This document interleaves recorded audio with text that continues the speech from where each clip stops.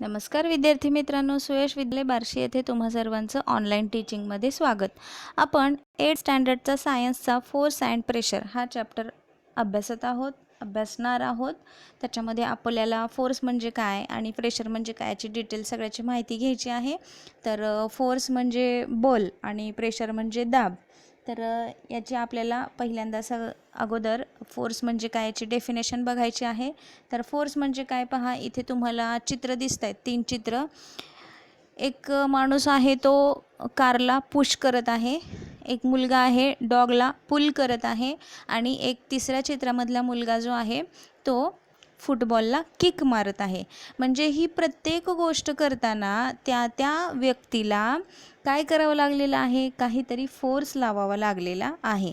म्हणजे बघा, एखादी वस्तू जी आहे तिला जर आपण अनेक क्रिया ज्यावेळेला करत असतो त्यावेळेला त्या क्रिया करताना आपल्याला बल प्रयुक्त करावं लागतं.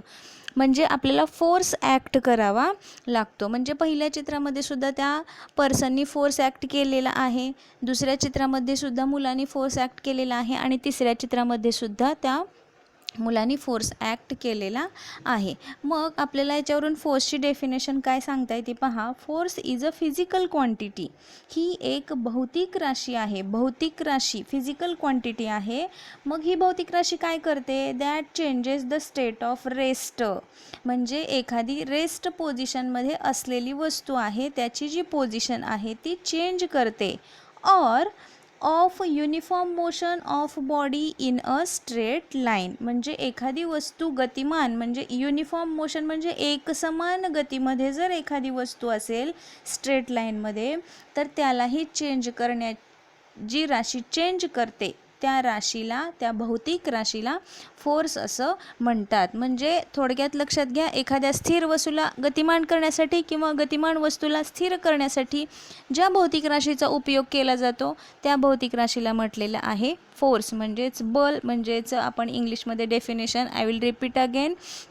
Force is a physical quantity that changes the state of rest or of uniform motion of body in a straight line.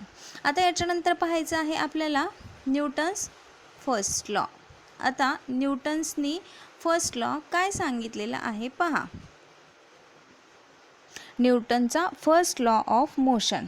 If there is no force, the stationary object remains stationary and an object in motion continues to move with the same speed and direction. न्यूटनचा first law काय सांगतो, जर आपण force act केला नाही तर stationery object हा स्टेशनरीच राहतो आणि मोशनमध्ये असलेला ऑब्जेक्ट हा त्याच स्पीडमध्ये आणि त्याच डायरेक्शनमध्ये मोशनमध्ये राहतो. हा आहे न्यूटनचा फर्स्ट लॉ. म्हणजे फोर्स आपण ॲप्लाय केला नाही तर एखादी स्थिर वस्तू असेल ती स्थिरच राहते आणि गतिमान वस्तू असेल ती गतिमानच राहते. हा आहे न्यूटनचा फर्स्ट लॉ ऑफ मोशन. आता याच्यानंतर आपल्याला पाहायचं आहे कॉन्टॅक्ट फोर्स. कॉन्टॅक्ट फोर्स, आता फोर्स म्हणजे काय आपल्याला कळालं. आता कॉन्टॅक्ट म्हणजे कॉन्टॅक्ट कसा असणार आहे, दोन ऑब्जेक्टमध्ये कॉन्टॅक्ट असणार आहे, बरोबर आहे. म्हणजे इथे दोन ऑब्जेक्ट एकमेकाच्या कॉन्टॅक्टमध्ये येणार आहेत आणि तिथे अप्लाय झालेला जो फोर्स आहे त्याला म्हणायचं आहे कॉन्टॅक्ट फोर्स. मग the force that act through the direct contact of two object is called contact force. म्हणजे दोन बॉडींच्या मध्ये डायरेक्ट कॉन्टॅक्ट येतो त्यावेळेला जो फोर्स ॲक्ट झालेला असतो त्यालाच कॉन्टॅक्ट फोर्स असं म्हणतात. आपण याच्यामध्ये इथं चित्र आहेत पहा. या चित्रामध्ये बघा, पर्सन पुश द कार. म्हणजे कार आणि पर्सन या दोन ऑब्जेक्टमध्ये डायरेक्ट कॉन्टॅक्ट आलेला आहे आणि फोर्स ॲक्ट झालेला आहे, म्हणजे इथं कॉन्टॅक्ट फोर्स आलेला आहे. त्याचबरोबर boy pull the dog with the help of rope. म्हणजे मुलगा काय करत आहे, कुत्र्याला पुल करत आहे, ओढत आहे. म्हणजे कुत्रा आणि मुलगा यांच्यामध्ये एक डायरेक्ट कॉन्टॅक्ट आलेला आहे आणि जो फोर्स ॲक्ट झालेला आहे त्याला आपण कॉन्टॅक्ट फोर्स म्हणायचं आहे. आणि तिसऱ्या पिक्चरमध्ये मुलगा फुटबॉल खेळत आहे. म्हणजे फुटबॉल आणि तो मुलगा या दोघांमध्ये डायरेक्ट कॉन्टॅक्ट येऊन जो फोर्स ॲक्ट झालेला आहे त्याला आपण कॉन्टॅक्ट फोर्स असं म्हणायचं आहे. म्हणजे याच्यावरून आपण अशी छान साधी सोपी डेफिनेशन तयार करू शकतो की when two persons are directly to each other or two objects are directly contact to each other, then force is act. This is called as the contact force. मग याच्यावरती आपल्याला वेगवेगळे आणखीन एक्झाम्पल देता येतील. when brakes are applied to a moving bicycle, it stops after some time. त्याच्यानंतर बाकीचे हे वरच्या चित्रातले एक्झाम्पल तुम्हाला याच्यामध्ये देता येतात. आता याच्यानंतर आहे पुढचं नेक्स्ट, हा आपण जो न्यूटन्स लॉ सांगितलेला आहे ते न्यूटन्सच्या सायंटिस्टचं पिक्चर इथं दाखवलेलं आहे की यांनी हा जो लॉ ऑफ मोशन आहे तो प्रूव्ह केलेला आहे. त्याच्यानंतर नेक्स्ट आहे नॉन कॉन्टॅक्ट फोर्स. मग आपण कॉन्टॅक्ट फोर्स पाहिला, त्याच्यावरून तुमच्या लक्षात आलं असेल की नॉन कॉन्टॅक्ट फोर्समध्ये काय असणार आहे, टू ऑब्जेक्ट तर असतील पण त्यांचा एकमेकांशी कॉन्टॅक्ट मात्र येणार नाही. म्हणजेच उदाहरण पहा, या चित्रामध्ये दाखवलेलं आहे नारळाच्या झाडावरून नारळ खाली पडतोय. म्हणजे नारळ आणि जमीन हे दोन ऑब्जेक्ट झाले पण त्यांच्यामध्ये कॉन्टॅक्ट तर झालेला नाही, पण ॲट्रॅक्शन म्हणजे फोर्स मात्र झालेला आहे आणि त्याच्यामुळं तो जो नारळ आहे तो अर्थकडे आकर्षिला गेला आहे. त्याचबरोबर इथं सेकंड एक्झाम्पल आहे, कंगव्याला कागदाचे छोटे जे तुकडे आहेत ते आकर्षिले गेलेले आहेत. म्हणजेच कंगवा आणि कागदाचे तुकडे यांच्यामध्ये कॉन्टॅक्ट होत नाही पण ते कागदाचे तुकडे जे आहेत ते त्या कंगव्याकडे मात्र आकर्षिले जातात. म्हणजे इथं सुद्धा एक नॉन कॉन्टॅक्ट फोर्स आहे. आणि थर्ड एक्झाम्पल आहे आयर्न नेल्स आणि मॅग्नेट. आयर्न नेल आणि मॅग्नेट यांच्यामध्ये कॉन्टॅक्ट होतो का, नाही, ते आपोआप आयर्न नेल जे आहेत ते मॅग्नेटकडं ॲट्रॅक्ट होतात. म्हणजे तिथं सुद्धा कसला फोर्स आहे, नॉन कॉन्टॅक्ट. म्हणजे या तीन उदाहरणावरून आपल्या असं लक्षात येतं की when two bodies are not in contact to each other and then force is act on the object, this force is called as the non contact force. मग अशी हे तीन तर उदाहरणं झालीच आपण आत्ता पाहिलेली. त्याचबरोबर आणखीन काही उदाहरणं अशी आहेत बघा, the motion of earth around the sun. म्हणजे अर्थ जी सनच्या भोवती फिरते आहे ती सुद्धा एक कसली मोशन आहे, कसला फोर्स आहे, नॉन कॉन्टॅक्ट फोर्स आहे. त्याचबरोबर the motion of an electron around the nucleus. म्हणजे न्यूक्लियसच्या कडेने इलेक्ट्रॉन जे रिव्हॉल्व होतात, फिरतात, ही सुद्धा एक नॉन कॉन्टॅक्ट फोर्स आहे. मग याचा जर टाईप आपल्याला लिहायचा म्हटलं, पहा coconut falling down on the earth, याच्यामध्ये जर आपल्याला फोर्सचा टाईप लिहायचा म्हटलं, नॉन कॉन्टॅक्ट फोर्स कोणता आहे असं जर तुम्हाला विचारलं तर त्याच्यामध्ये कुठला येणार आहे, ग्रॅव्हिटेशनल फोर्स येणार आहे. म्हणजे ग्रॅव्हिटेशनल फोर्सच्यामुळं तो जो नारळ आहे तो खाली पडलेला आहे. त्याचबरोबर iron nails are get attracted to the magnet, याच्यामध्ये मॅग्नेटिक फोर्स येणार आहे. म्हणजे तुम्हाला जरी फोर्सचा टाईप जरी विचारला तरी या पद्धतीने तुम्हाला लिहिता येईल. त्याचबरोबर कॉन्टॅक्ट फोर्समध्ये सुद्धा आपण ज्यावेळेला कारला पुश करतो तिथे तुमचं मस्क्युलर फोर्स ॲक्ट झालेला आहे. म्हणजे कॉन्टॅक्ट आणि नॉन कॉन्टॅक्ट फोर्समध्ये फोर्सचा जरी टाईप विचारला तरी तुम्हाला त्याचा टाईप हा लिहिता येईल, त्याच्यामध्ये काही प्रॉब्लेम येणार नाही. आता नॉन कॉन्टॅक्ट जो फोर्स आहे याचा आपल्याला आणखीन एक एक्झाम्पल प्रयोगाद्वारे पाहायचं आहे. पहा, काय तर एक प्रयोग करायचा आहे आपल्याला. दोन बॉटल घ्यायच्या आहेत, त्या बॉटलचे झाकण हे घट्ट लावायचे आहेत. त्याच्यानंतर त्या दोन बॉटलच्या वरती मॅग्नेटिक स्ट्रीप ज्या असतात त्या मॅग्नेटिक स्ट्रीप सेलोटेपच्या साहाय्याने पॅक करायच्या आहेत. वरती तुम्हाला चित्र दिसतं इथे, त्या चित्राप्रमाणे इथं जशा मॅग्नेटच्या स्ट्रीप पॅक केलेल्या आहेत त्या बॉटलवर त्या पद्धतीनं पॅक करायच्या आहेत. त्याच्यानंतर एक जार घ्यायचा आहे, take a jar full of water, त्याच्यामध्ये पाणी भरलेला असं एक जार घ्यायचा आहे आणि त्या दोन बॉटल त्या जारमध्ये त्या स्ट्रीप वरती राहतील या पद्धतीनं त्या बॉटल जारमध्ये ठेवायच्या आहेत. आणि ठेवताना काय करायचं आहे याची तुम्ही तिथं पाहू शकताय की जे स्ट्रीप्स आहेत त्या स्ट्रीपचे नॉर्थ आणि साऊथ याचे जर तुम्ही पोल पाहिले तर ते विरुद्ध दिशेने आलेले इथे तुम्हाला दिसत आहेत बघा. इथे आहे साऊथ पोल, इथे आहे नॉर्थ पोल. त्याचबरोबर इथे आहे साऊथ पोल, इथे आहे नॉर्थ पोल. म्हणजे याचा नॉर्थ आणि याचा साऊथ म्हणजे हे कसे आहेत, अपोजिट पोल्स एकमेकांच्या जवळ आहेत. मग ज्या वेळेला बॉटल आपण एकमेकांच्या जवळ नेतो त्यावेळेला त्या बॉटल आणखीन एकमेकांच्या जवळ येतात. म्हणजेच आपल्याला माहिती आहे, गेल्या वर्षी आपण पाहिलं आहे की मॅग्नेटचे अपोजिट पोल्स काय करतात, get attracted to each other. Opposite पोल्समध्ये नेहमीच कसं असतं, ॲट्रॅक्शन असतं. आणि म्हणून ह्या ज्या दोन बॉटल आहेत ते त्या एकमेकांकडे काय होतात, आकर्षिल्या गेलेल्या तुम्हाला या चित्रामध्ये दिसतील. बरोबर आहे. आता नंतर काय करायचं आहे पहा, इथे दाखवलं आहे की अपोजिट पोल म्हणजे विरुद्ध ध्रुव आहेत. Opposite poles are get attracted always to each other, आणि म्हणूनच ह्या ज्या दोन बॉटल्स आहेत त्या अल्सो गेट टुगेदर म्हणजे एकत्र त्या आलेल्या आहेत. आता याच्यानंतर काय करायचं आहे, या बॉटलची दिशा चेंज करायची आहे.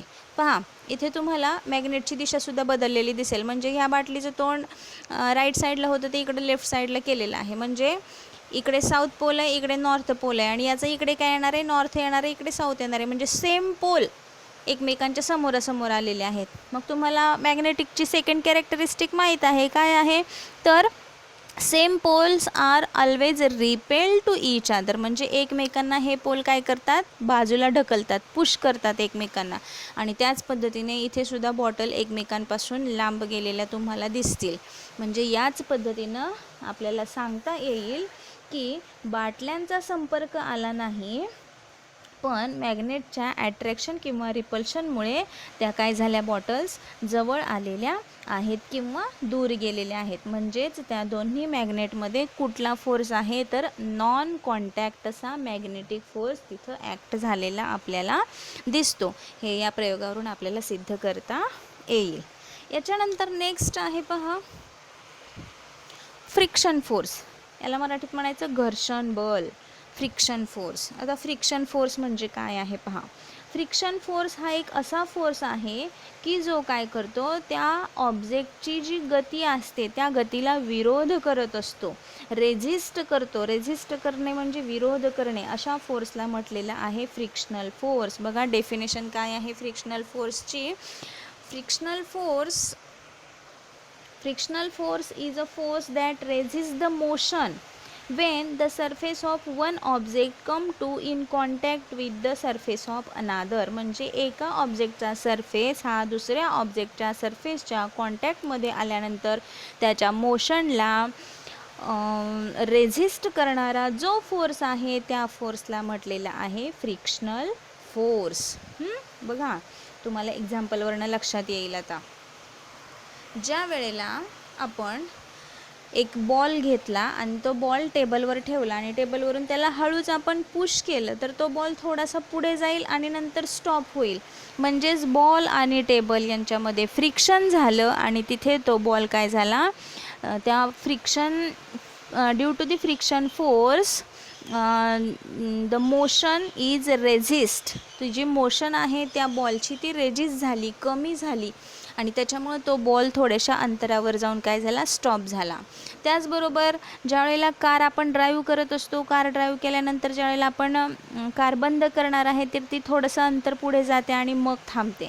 म्हणजेच रोड आणि कार यांच्यामध्ये सुद्धा फ्रिक्शन फोर्स ॲप्लाय होतो आणि त्याच्यामुळं तो जो फ्रिक्शन फोर्स आहे तो त्या गाडीच्या मोशनला काय करतो, रेझिस्ट करतो, विरोध करतो, आणि म्हणून ती गाडी थोड्याशा अंतरावर जाऊन काय करते, थांबलेली आपल्याला दिसते.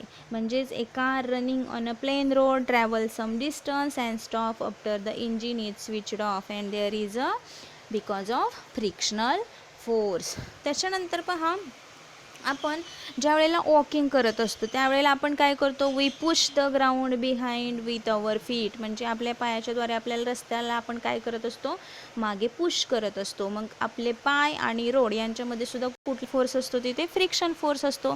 जर फ्रिक्शन नसेल तर आपण चालू शकणार नाही, आपण घसरून पडतोल. म्हणजे in absence of friction we will slip and will not able to walk. आपण चालू शकणार नाही कधी, इन ॲब्सेन्स ऑफ फ्रिक्शन. आणि हा जो फ्रिक्शन फोर्स आहे it is very useful in our daily life.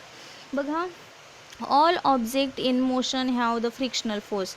जे सगळे ऑब्जेक्ट मोशनमध्ये असतात त्यांच्यामध्ये फ्रिक्शनल फोर्स हा ॲक्ट झालेला असतो, which is acting in the direction opposite to direction of the motion. आणि तो कधी कधी त्या गतिमान वस्तूवरही ॲक्ट होतो आणि त्याचबरोबर गतिमान वस्तूच्या विरुद्ध दिशेने सुद्धा तो काय होतो आहे, त्यावरती ॲक्ट होत असतो. आता कसं होतं आहे ते पहा. You must have seen that one tends to slip over banana peel over the street. तुम्ही पाहिलेलं असेल की एखाद्या वेळेला एखादा पर्सन हा केळीच्या सालीवरून घसरून पडलेला आहे. म्हणजे काय झालेलं आहे, तिथं फ्रिक्शन कमी झालेलं आहे. फ्रिक्शन नाही झालेलं. बनाना साल ही मऊ असते आणि त्या आपलं पाय आणि बनाना साल यांच्यामध्ये फ्रिक्शन हे झालं नाही, खूप कमी झालं आणि म्हणून ती व्यक्ती काय झाली, तिथं घसरून पडली. त्याचबरोबर एखादी व्यक्ती चिखलामध्ये सुद्धा घसरून पडलेली तुम्ही पाहिली असेल. One can slip due to the mud also. म्हणजे तिथे चिखल आणि तुमचा किंवा त्या पर्सनचा जो पाय आहे यांच्यामध्ये फ्रिक्शन हे लेस झालेलं आहे, कमी झालेलं आहे आणि त्याच्यामुळं ती जी व्यक्ती आहे ती काय आहे, घसरून पडलेली आहे. आणि म्हणूनच म्हटलेलं आहे की frictional force is very useful in our daily life. मग हे दोघं जण का पडले आहेत, तर there is a frictional force is reduced. तिथं फ्रिक्शनल फोर्स हा काय झालेला आहे, रिड्यूस झालेला आहे.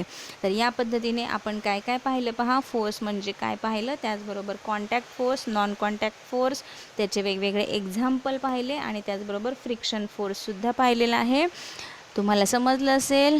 Thanks for watching. याच्या पुढच्या घटकाची माहिती आपण पुढील व्हिडिओमध्ये घेऊयात.